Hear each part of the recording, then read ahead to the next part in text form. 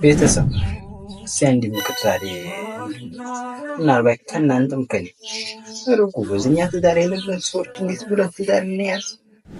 ሲል የተጋቡትም ስንሰማ ዛሬ ጥሩ ሆኖ አይተናቸው ማሻአላ እንዲሁ እነዚህ ልጆች ፍቅራቸው እንዲሁ አላህ ያሳምርላቸው፣ አላህ መጨረሻቸውን አላህ ያሳምረው ብለን ሳንጨርስ ተለያየም ብሎ ብቅ ይላሉ። ሲራዛኛ እንዴት ብለን ትዳር እንያዝ? ሪያፈ ይሄን ነገር እስቲ ሰብሰብ ብለን እንመካከርበት። ላጤዎች እኔ በራሴ መቼም ምክር ልውሰድ እስቲ እንዴት ነው ትዳር የምንገባው? እነዚያ የተፋቀሩትን ሰው አይተን ጥሩ ሆኑ ኢንሻአላህ ትዳር እንይዛለን እያልን ስንል እነዚያ ሰዎች ተለያይተው እንመለከታለን።